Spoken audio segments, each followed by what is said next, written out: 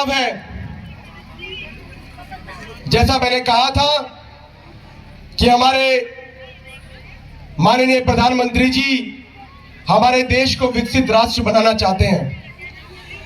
विकसित राष्ट्र बनाने के लिए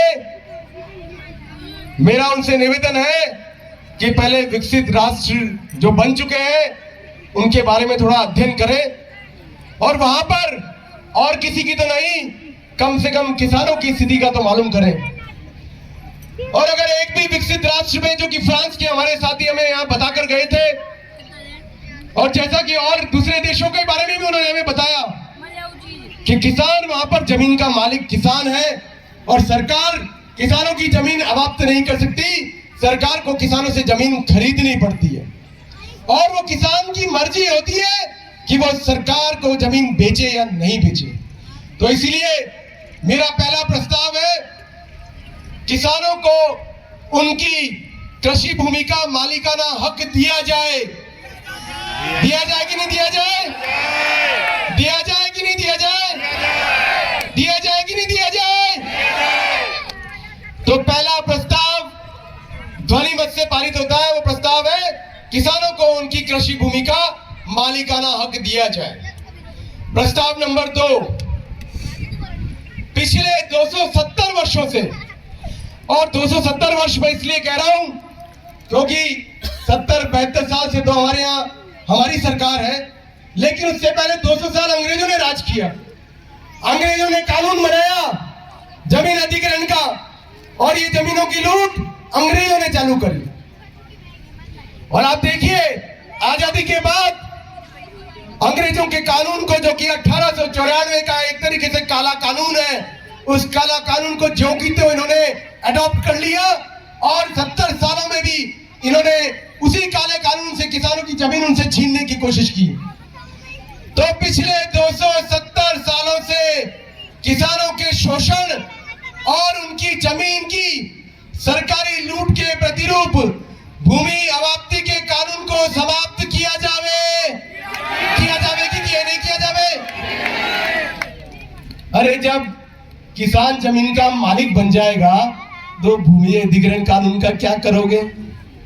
बताओ आप क्या करोगे? तो वो कानून तो समाप्त हो ही जाएगा ना। तो हमारा प्रस्ताव नंबर 2 है, पिछले 270 वर्षों से किसानों के शोषण और उनकी जमीन की सरकारी लूट के प्रतिरूप भूमि अवाप्ति के कानूनों को पूर्णतः समाप्त कर दिया जाए। कर दिया जाए कि नहीं कर दिया जाए? कर दिया जाए कि नहीं कर दिया जाए? तो ये भी प्रस्ताव ध्वनि मत से पारित होता है। प्रस्ताव नंबर 3, हमारा प्यारा जयपुर विकास प्राधिकरण। जानते हो ना आप जयपुर विकास प्राधिकरण क्या है? जयपुर विकास प्राधिकरण किस चीज का अड्डा है? वो किस चीज का अड्डा है? भ्रष्टाचार का अड्डा है। किस चीज का अड्डा है?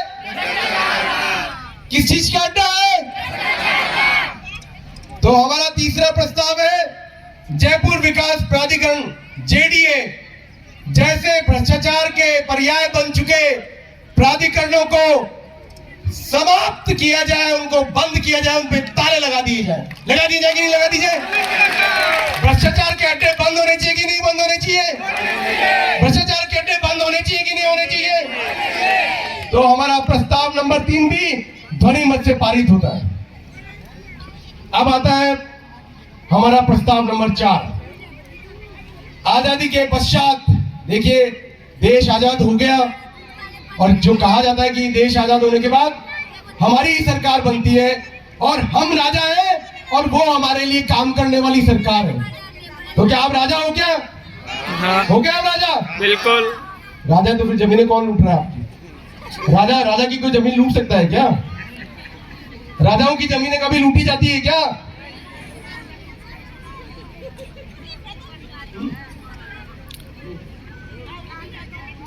राजाओं की जमीन कोई लूट सकता है क्या? मुगल ही नहीं लूट पाए, अंग्रेज ही नहीं लूट पाए, आज भी राजपाट देख रहे हो ना आप, सब जगह राजा बैठे हुए। तो सपना आपको दिखाया लोकतंत्र में कि राजा जो है वो जनता है और उनके लिए काम करने वाली सरकार होती है। तो ऐसा है कि या नहीं है? नहीं है ना? आवाज आनी चाहिए। तो फिर क्या जनता राजा है क्या? जनता राजा है क्या? तो जनता को राजा बनना चाहिए कि नहीं बनना चाहिए? तो राजा बनने के लिए ये किसान पंचायत आहूत की गई है। प्रस्ताव नंबर 4, आजादी के मिलने के बाद पिछले 70-72 सालों में, पिछले 70-72 वर्षों में जिन जिन किसानों की जमीनों की लूट सरकार ने करी है, उन सभी किसान परिवारों का आर्थिक सर्वेक्षण और सामाजिक सर्वेक्षण कराया जाए और सरकार की तरफ से उनको आर्थिक सहायता दी जाए, उनके बच्चों को सरकार में आरक्षण दिया जाए, सरकारी नौकरियों में आरक्षण दिया जाए। दिया जाए कि नहीं दिया जाए? 70 सालों में जिनकी जमीनें लूटी है उनको न्याय मिलना चाहिए कि नहीं मिलना चाहिए? 70 साल में जिन्होंने जमीनें लूटी है, जिनकी जमीनें लूटी है, जिनका शोषण हुआ है, उनको न्याय मिलना चाहिए कि नहीं मिलना चाहिए? और प्रस्ताव नंबर 5,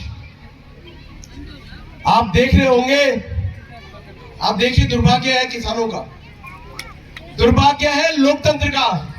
आपने देखा होगा अभी दिल्ली के चारों तरफ किसानों ने डेरा डाल रखा है, देखा है क्या? लेकर दिल्ली को चारों तरफ से घेर के बैठे हैं। उन किसानों को आतंकवादी किसने बताया? किसने बताया? अरे आवाज तो दो आप लोग। आप देखिए, किसान अगर अपनी मांग के लिए लड़ाई लड़ता है तो उसको आतंकवादी बता दिया जाता है। प्रस्ताव नंबर 5 है कि देश के समस्त किसान